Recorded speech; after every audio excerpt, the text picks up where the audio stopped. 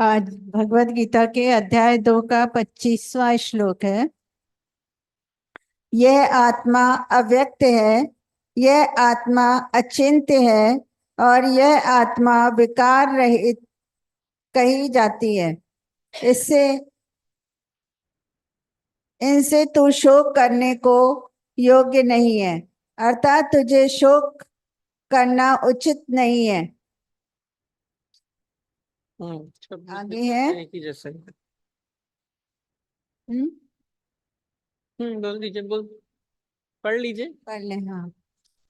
किंतु यदि तू इस आत्मा को सदा जन्मने वाला तथा सदा मरने वाला मानता हो तो भी है, हे महाभाव, तू इस प्रकार शोक करने को योग्य नहीं है।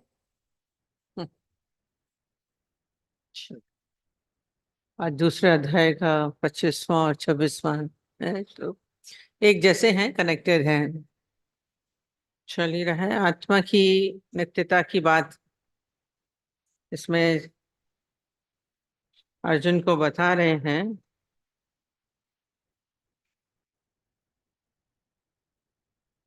कितना करुणा है भगवान को, उसका अज्ञान जा नहीं रहा है तो उसको नए नए तरीके से समझा रहे हैं तो उसका शोक निवृत्त हो सके। तो इसके लिए ही बात कर रहा था, तुझे शोक करना उचित नहीं है।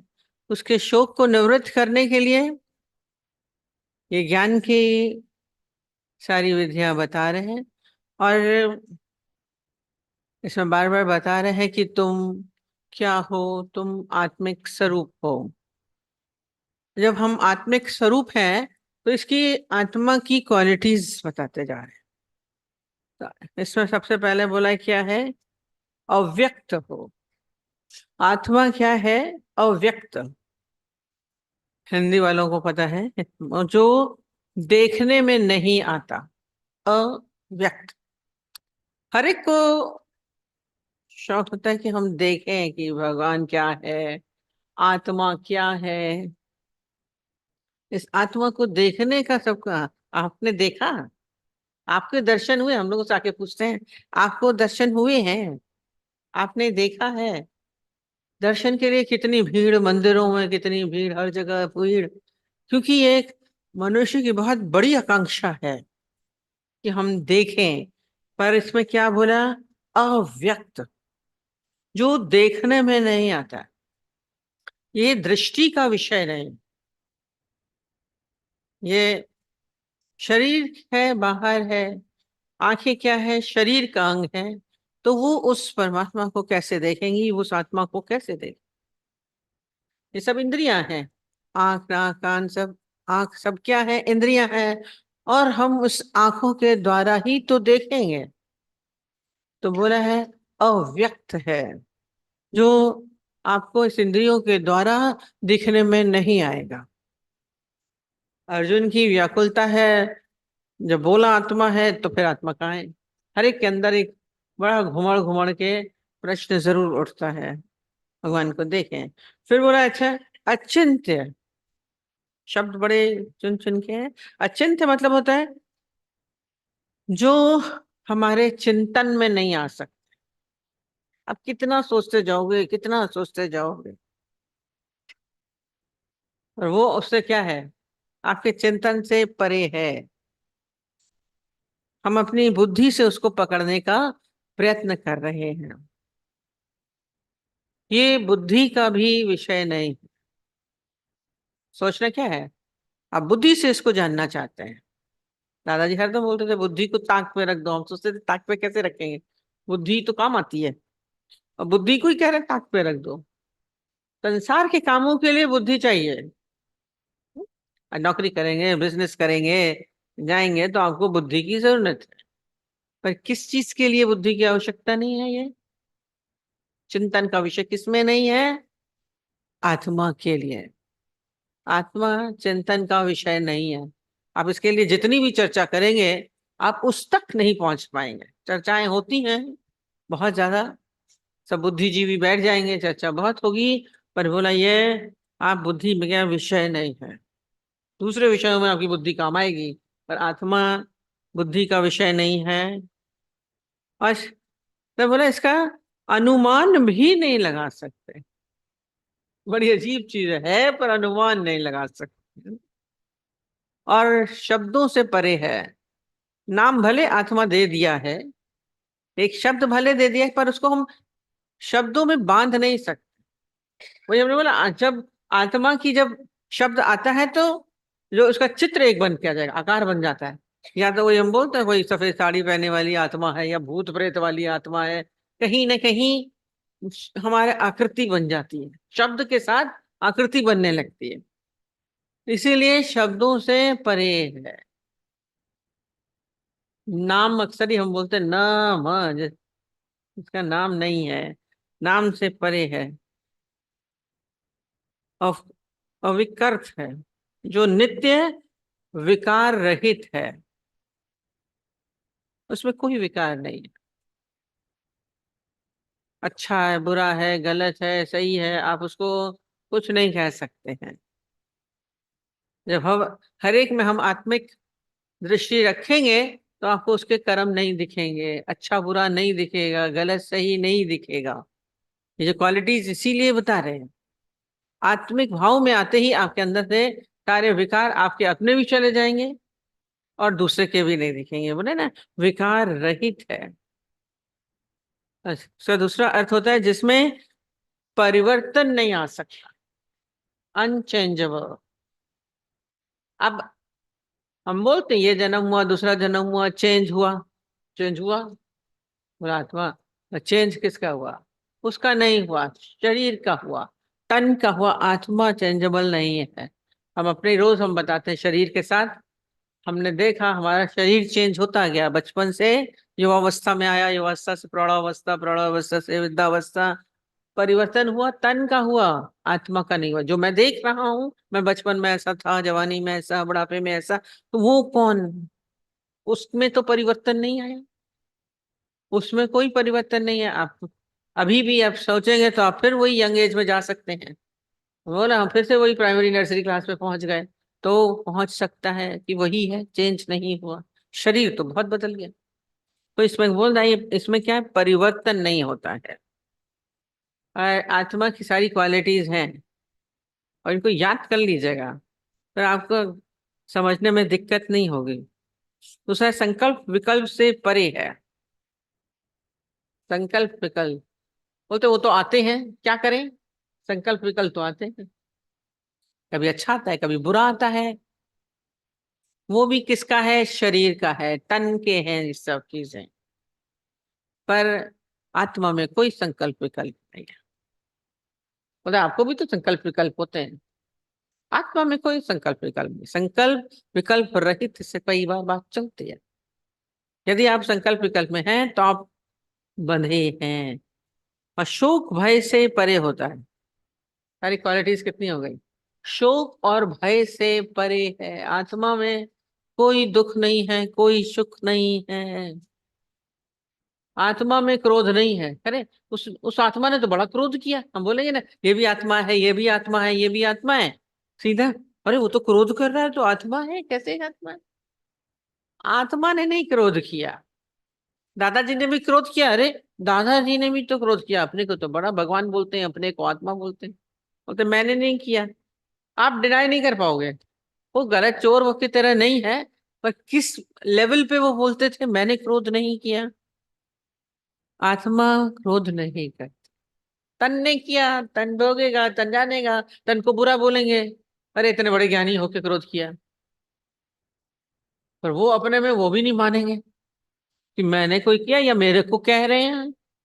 आपको कोई दूसरा कहे आपसे छोटा, सुनने वाला है, समझने वाला, तो आपको बुरा लगेगा। अरे मैं इतना बड़ा ज्ञानी, मुझे ज्ञान नहीं बोल रहे हैं कि क्रोध कर रहे हैं, मैंने किया ही नहीं, मेरे को कहा ही नहीं। बड़े क्या, बड़े की मजे की चीज है। दादाजी शब्द बोलते थे, मुकर जाओ, मुकर जाओ। आप मुकर सकते हैं, तो बोलेंगे झूठ बोल रहे हैं। आत्मा की लेवल पे आना है, मुकर जाना। आज उनकी सब चीजें याद आ जाती हैं। अर्जुन को शोक विमुक्त करने के लिए आत्मा के गुण बता रहे हैं कि वो शोक रहित है। शोक रहित है। आपको दुख होता है? आपको दुख होता है? बताइए। बोला हाँ। आपको होता है? इतनी बार से बराबर चल रहा है। आपको दुख होता है? आपको पीड़ा होती है? जब आप आत्मिक भाव में हैं तो कोई पीड़ा नहीं है। यदि आप तन के भाव में हैं, शरीर के भाव में हैं, तो शोक है। ऊंची स्थिति में आना है। पूरा सांख्य योग ज्ञान का है।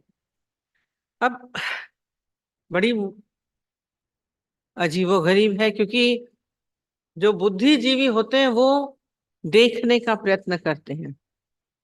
वो बोलते हैं ना, देखने दिखे, हमें दिखे भगवान कैसा है, आत्मा कैसी है।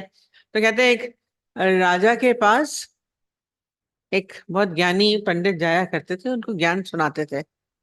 अब ज्ञान तो खाली वो राजा तो नहीं सुनते थे, सभा में सारे लोग बैठे होते थे, मंत्रीगण सब बड़े बड़े सब बैठे रहते थे। उन्होंने भी वो भी ज्ञान सुन रहे थे। अब जब ये आत्मा की बात चली, परमात्मा की बात चलती है ना, तो जैसे ही बोला कि आप हमें भगवान के दर्शन कराइए ना। ये बोल रहे हैं आत्मा है। कहाँ है आत्मा? कहाँ है? दिखाइए। आत्मा कहाँ है? दिखाइए। तो बोला वो देखने का विषय नहीं। जब बोला तो बोले यदि है तो दिखनी चाहिए। तर्क करते हैं बुद्धिजीवी, फिर तर्क करते हैं बहुत। अभी आप कह रहे हैं आत्मा है तो दिखनी नहीं चाहिए। दिखनी क्यों नहीं चाहिए? कैसे बोल रहे हैं दिखनी नहीं, दिखेगी नहीं? अव्यक्त है, दिखाइए हमको, हमें तो देखनी है। यही तो है ही नहीं। या तो कहिए नहीं है, आत्मा नहीं है, खाली शरीर है, हम मानेंगे। आप बोले शरीर नहीं है, आत्मा है। शरीर तो दिख रहा है, हम उसको बोल सकते हैं, पर आप बोल रहे हैं आत्मा है। कहाँ है? हमें प्रत्यक्ष दिखना चाहिए। जब बहुत बार से बोले ये कोई ज्ञानी बने बैठे हैं, ज्ञान बोल रहे हैं, आत्मा तो दिखाते नहीं है, परमात्मा तो दिखाते नहीं है। तो उनके ऊपर खूब चर्चा हुई। ज्ञानी लोग ना बड़े डिफरेंट टाइप के होते हैं। अब पता था ये तो तर्क दे रहा है, ये समझेगा तो है नहीं। जो तर्क वाले कभी भी समझते नहीं है, तर्क वालों के साथ तर्क खत्म, कुतर्क में खत्म हो जाता है। तो उनसे ज्यादा बहस करनी नहीं चाहिए। अब जब पूछ रहे हैं, राजा के दरबार में बैठे हैं, राजा भी बोले इनको बताओ ना।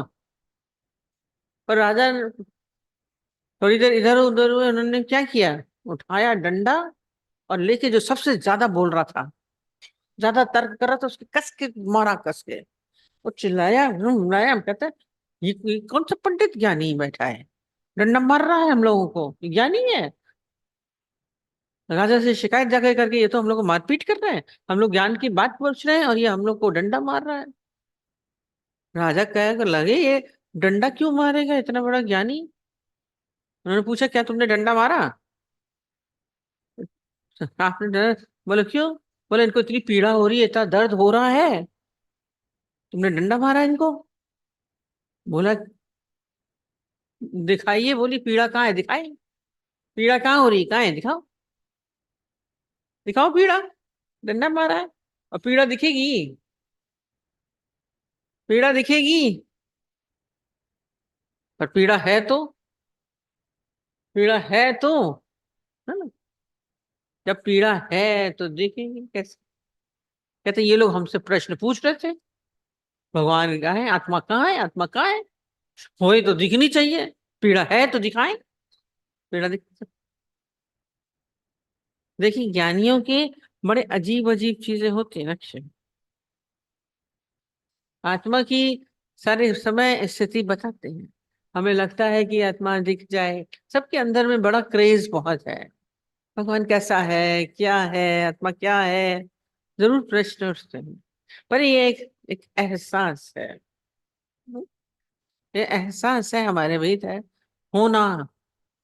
है ही है आत्मा, आया तमा, है ही मैं ही हूँ, इसके अलावा कुछ नहीं है। इस बात को भीतर, जैसे एक अनुमान समझ जाते हैं ना, जैसे पेड़ में बीज है ही है, बीज दिखता नहीं है। पेड़ है तो बीज जरूर हुआ होगा, फिर उसमें फिर बीज आ भी जाता है, फैलाता है, फिर उसमें बीज है। बीज दिख नहीं रहा है पर बीज है। बीज के कारण ही वृक्ष है, नहीं तो वृक्ष संभव नहीं होता। आत्मा के कारण ही हम हैं, नहीं तो नहीं होते। परमात्मा के कारण ही हम हैं, नहीं तो नहीं है। है ही है, है ही है, वो ही है और कुछ नहीं है। नथिंग बट गॉड, परमात्मा के अलावा कुछ नहीं है। हम भले सीमित कर ले, पर वो फिर भी है। सीमित कर लेते हम। देख क्या बात की चीज होती है, जैसे कितनी बार बोल रहे हैं घड़ा है, घड़े के अंदर भी है भगवान, बाहर भी है आकाश, बाहर भी है भीतर भी। ये बात जब आप समझेंगे तभी शोक नहीं होगा, तभी शोक नहीं होगा। विकार रहित है, इसमें कोई अच्छा बुरा नहीं हो सकता। आत्मा अच्छी बुरी नहीं होगी, गलत सही नहीं होगी। हम सोचेंगे बुरी है ये है। और आज घड़े में भी आकाश है, उसमें भी आकाश है, उसको लग रहा है ये मर जाएंगे। अब घड़े के टूटने से आकाश तो ना खत्म हुआ, आकाश तो उस आकाश में मिल गया, तो फिर अंतर कहाँ रहा? ही है। तो ये अव्यक्त को हम व्यक्त नहीं कर सकेंगे, पर महसूस तो कर सकते, फील तो कर सकते हैं। फिर कहते हैं किंतु यदि तू इस आत्मा को सदा जन्मने वाला तथा सदा मरने वाला मानता है, तो हे महाबालो, तू इस प्रकार शोक करने योग्य नहीं।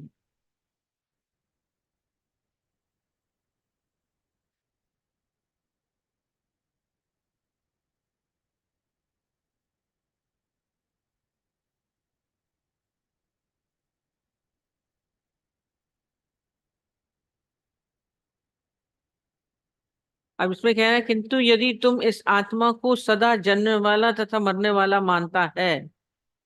ये देखिए कृष्ण उनकी अज्ञानता को समझ रहे हैं, अर्जुन की अज्ञानता को कृष्ण समझ रहे हैं, तो इसलिए कई तरीके से समझा रहे हैं। तो तू इनको आत्मा को क्या जानता है? जन्मने वाला और मरने वाला। सब बोलते आत्मा मरती है, आत्मा मर गई, आत्मा चली गई, फिर आत्मा ने जन्म लिया। ये बोला तुम आत्मा को जानने वाले मरने वाला मानते हो, ये तुम्हारी बुद्धि है। अब उनके ही शब्दों में, क्यों तुम्हारे बोलते हो? क्योंकि उनको डर लगता है। इतने दिनों से आपका क्या है, आप इस जीव भाव में ही रहे हैं, शरीर के भाव में ही रहे हैं, तन के भाव। आप हरदम इस शरीर को ही तो मैं मानते आए। आज खाली यहाँ सत्संग में हम लोग को बोला जाता है कि ये तुम नहीं हो, तुम शरीर नहीं हो। बड़ा आश्चर्य की चीज है, बचपन से ही इसी शरीर को माना है। अभी बोलेंगे हम नहीं, ये शरीर नहीं, कैसे नहीं है? ये वाला शरीर है, ये शरीर है तो। क्योंकि इतना ज्यादा बचपन से, शुरू से, क्या जन्मों से पुराने, बड़ी आदत पुरानी ना बातों से बदलती है। आत्मिक भाव में मन आता नहीं है, इसलिए तन के भाव को छोड़ने में उसको डर लग रहा है। नहीं, हम कैसे, ये शरीर हमारा अपना, और सबसे ज्यादा जुड़न इसी के साथ, फिर इसको कैसे छोड़ दे? वो बोलते मरने से भी भय लगता है, इसके छूटने का भी भय लगता है। अपने वालों का तो लगता ही लगता है, अपना भी अभी बीमार हो जाए, 10 दुकान जब डॉक्टर्स को देखेंगे, बताइए कैसे ठीक होंगे, कैसे ठीक होंगे? मर जाने दो ना। पर इसका बहुत ज्यादा जोर है, कहते हैं कि मरने का। हमें अपने मरने का भय नहीं है, अपने वालों का भय है। अपने वालों का तो होता है, अपने अपने से ज्यादा भय होता है। एक बिल्कुल लुंज पुंज था, पर वो भी सोच रहा था किसी तरह बच जाए। जीवन से कोई छूटना नहीं चाहता, इतना ज्यादा अपनापन है इस शरीर के साथ। और जब इस शरीर के साथ है तो जो इसके साथ जुड़े हैं उनके साथ भी होता है, फिर उनको छोड़ने का मन नहीं करता है। और सबसे बड़ी तो जो इतने दिनों से जो माना हुआ है ना कि मैं शरीर हूं, I am so and so, आपके जो नाम रखा गया है, जो आपका रूप है, उसी को हम अपना मान के बैठे हैं। ये पुरानी मान्यताएं हैं, इससे छूटना बहुत मुश्किल होता है। इसीलिए कृष्ण बार बार बार बार इसको बताते जा रहे हैं। कह रहे किसी तरीके से तू हिम्मत कर, हिम्मत करके अपने को उस आत्मिक भाव में लेके आओ, तब तू इस मरने के भय से डरेगा नहीं, शोक नहीं होगा। अपने साथ हमें हिम्मत करनी है। ना अपने मरने का फिर भय लगेगा, ना अपने वालों के मरने का भय लगेगा। ये अंदर से इसका अभ्यास जब तक नहीं होगा तब तक नहीं समझ पाता है ये कृष्ण की करुणा है। और क्यों नहीं समझ रहा है, देखिए, ये शरणागत तो हो गया, बड़े उससे बैठ गया जाकर, आप मैं आपकी शरण में हूं जो आप कहेंगे, पर फिर भी मन पूरी तरीके से शरणागत नहीं होता गुरु को बोलने के बाद भी। ये श्रद्धा का अभाव दिख रहा है जो नहीं मान रहा है। जो अर्जुन नहीं मान रहा है कृष्ण की बात, खुद साक्षात भगवान खड़े हैं उनके सामने, पर उनकी बात नहीं मान रहा है। ये श्रद्धा की कमी है, श्रद्धा का अभाव है। जब आपका मन नहीं माने, गुरु बोल रहा है तो मानो ना। गुरु कहे सागर दा पानी मीठा, कहिए हाँ जी। दादाजी बोलते थे यस मन भरो, गुरु जी बोलते थे मेरी बात मानो। उस समय मन जल्दी हर चीज को नकारता है, नहीं मानता है गुरु की बात भी। कि कृष्ण की बात अर्जुन नहीं मान रहे हैं। मरेंगे तो वो लोग, गम नहीं होगा, मेरे अपने चले जाएंगे, मरेंगे तो मुझे गम नहीं होगा, दुख नहीं होगा। बार बार बोल रहे हैं कि वो मरने वाले नहीं है, पर मन मानने को तैयार नहीं है। ये श्रद्धा का भाव है। नहीं तो बोलेगा, अगर गुरु बोल रहा है तो ठीक है, पर अपने अंदर इस श्रद्धा को भी जगाना पड़ता है। श्रद्धा को भी जगाना पड़ता है, तभी हम उसके साथ एकाकार हो सकते हैं। क्या पूछ रही, सब में भगवान नहीं, क्या पूछा था? एकाकार किसके साथ? एक एक के साथ, सबके साथ, है ना? हम हैं, यदि मैं कुछ बन के बैठा हूं तो मैं कहाँ से आया, अभी बोला, बीज से ही तो मैं आया। सब बीज से ही तो बने। कल भजन चला तो सबके मन लगा, आ जाओ गले लग जाओ मेरे, तेरे ही रस की ही एक धारा हूं मैं। वो बाहर का गले लगाने सोच रहे हैं। यहाँ एकाकार स्थिति, मिल के गले में मिलके एक होते हैं। आप लोग गलत भाव से लेके जाते हो। यहाँ पे क्या है, उस बूंद सागर में मिलन, एक होना। और ये कैसे विलीनता चाहिए होगी। ये जो बूंद है वही सागर है, जो बूंद है वही सागर है, जो लहर है वही सागर है। अलग है ही नहीं, ये भान होना है। मिल जाओ, सागर में मिल गई, आ जा गले लग जाओ मेरे। अब गले से मिल गई, सागर से लहर मिल गई। कैसे होना क्या है, हमारा अस्तित्व तो हम जानेंगे। जो हम मान के बैठे वो मैं नहीं हूं, मैं सागर ही हूं। इस ऊंची भाव में क्यों नहीं आते हैं? लहर बन के बैठने की जरूरत नहीं है, तब तक आप नहीं मिल पाओगे। और यहाँ पे जब हम परमात्मा से मिले, फिर सर्वत्र वही है, तो एक वाली स्थिति आ जाती है। जो मैं हूं सो तू है, भजन पूरा चला था। जो तू है सो मैं हूं, जो मैं हूं सो तू है। ये एकाकार स्थिति, पर पहले मैं कौन हूं इसको जानना बहुत जरूरी है। स्वयं को हमें विलीन करना है। स्वयं को हमें क्या जानना है कि मैं भी वही आत्मिक स्वरूप हूं, मैं वो परमात्मिक स्वरूप। जब मैं आत्मिक स्वरूप हूं तो अगला भी वही है, वही है। फिर आपको गलत नहीं लगेगा, कोई गलत नहीं लगेगा। हम भी तो खराब करते हैं, वो भी खराब करता है। एक ही भाव आएगा। उस स्थिति में आने पे लगेगा एकाकार। यदि आप अपने को स्वयं सो मानेंगे, माँ मान रहे हैं, दोस्त मान रहे हैं, ज्ञानी मान रहे हैं, अच्छा मान रहे हैं, इंटेलिजेंट मान रहे हैं, दूसरे को मूर्ख क्या खराब मानेंगे। आप अपने को क्या जानते हैं? एकाकार होने के लिए स्वयं को आत्मा जानना बहुत जरूरी है, तभी आप एक हो सकते हैं। हैं एक ही, न मानिए, पर हमने जो ये अपने को अलग बना के बिठा दिया, बूंद बन के बैठ गए। मर्ज इन द ओशन, ये भाव हमें समझना है। पर स्वयं को मिटाना, ये अहंकार हमारा हमें होने नहीं देता। ये बोला, श्रद्धा नहीं है, स्वयं को मान के बैठा हुआ है। गहराई से जानिए, बहुत अच्छा लगता है। खो के देखिए कि मैं हूं ही नहीं। ये बोला, ये और इजी है प्रेम भक्ति में एकाकार होना, सरलतम मार्ग, भक्ति मार्ग सरलतम मार्ग है। आज गोपियां कृष्ण में समाहित हो गई प्रेम से। ये रोज बताते हैं, राधा को ढूंढने लगी कि राधे कहाँ गई। ये विलीनता थी। वो विलीन हुई उसमें। अब राधे ढूंढ रही कि राधे कहाँ गई। कभी हम लोग सब सोचते हैं आप अपने को खोजिए कि मैं कहाँ हूँ। आप कृष्ण के भाव में हैं तो वो कहाँ है, मधु गए, केवल वही रह जाए मैं न रहूं। ये तन मन जीवन सुलग उठे। कोई ऐसी आग लगाए, ऐसी भक्ति की आग आपके अंदर लगेगी, तब ये तन मन जीवन सुलग उठे, आग भी न बचे। लगा के चलते खाक। देखा है जो, हम तो गए थे कुंभ में, सारे साधु बनाए सब लगा के जटाओं में, और उसमें पूरे भस्म लगी हुई है। उज्जैन में गए, सब भस्म लगा के चल रहे हैं। ये इस याद दिलाता है कि हम क्या हैं, ये शरीर क्या है, भस्म, और मैं इससे अलग हूँ। इस तन को आप भस्म समझ सकते हैं, इसे अलग कर दीजिए। मैं वो हूँ। आप कुछ न कुछ दूसरा बन के बैठते हैं तो मिलना मुश्किल है। हमने बोला जल में जल मिलेगा। हम्म? लोहे को जल में डालेंगे तो नहीं मिलेगा, नहीं मिलेगा, है ना। लोहा है, हार्ड है, आप उसको ऐसे ही डाल दीजिए तो नहीं। पर उसी लोहे को जब पिघला देते हैं फिर वो लिक्विड हो जाता है, तो फिर वो उसमें मिल जाता है, फिर अलग नहीं लगता। तो ऐसे ही स्वयं को क्या करिए, पिघला दीजिए, प्रेम की अग्नि में पिघला दीजिए।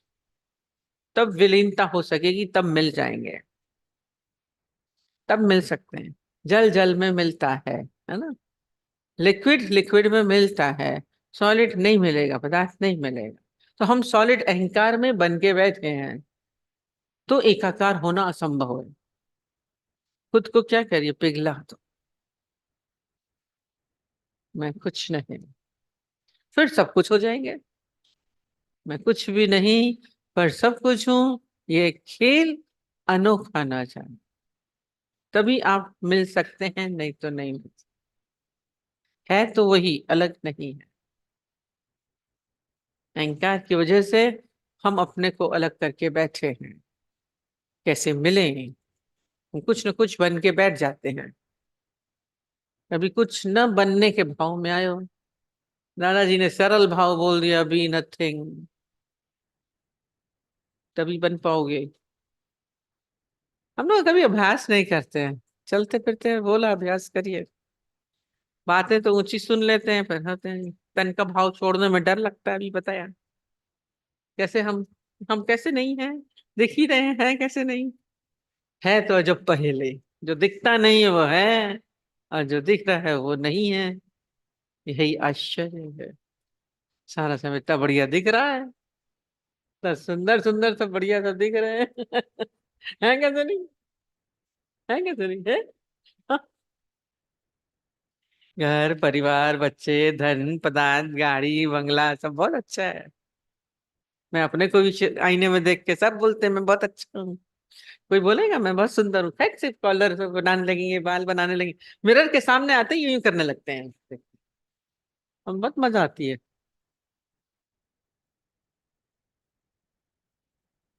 इसको कैसे छोड़े हैं? इसे बहुत ज्यादा अपनापन, अभी बोला ना, बहुत ज्यादा अपनापन है इसके साथ। जब इसके साथ अपनापन है तो दूसरे में भी दिक्कत हो जाती है। इसको मिटाइए, तभी आप गवाइए ताशौ पाइए, फिर कैसे चतुराई, कैसे विलीन करें, कैसे मिलाएं, पिघलाना पड़ेगा तभी। वहां गए, इतना फिरोजाबाद में, इतने सॉलिड सॉलिड शीशा था, उतनी गर्म तेज भट्टी में ना वो बिल्कुल पिघल के पानी की तरह यूं बह रहा था। फिर उससे जो भी आकार बना रहे थे बन रहा था। पहले पिघलना पड़ता है, फिर उस स्थिति में आना पड़ता है, तब आत्मिक स्थिति में आएंगे। ये भी बने रहे और वो भी बने रहे, तन के भाव में भी बने रहे और आत्मिक के भाव में बने रहेंगे तो नहीं होंगे। एक को मिटाना पड़ता है। हाँ,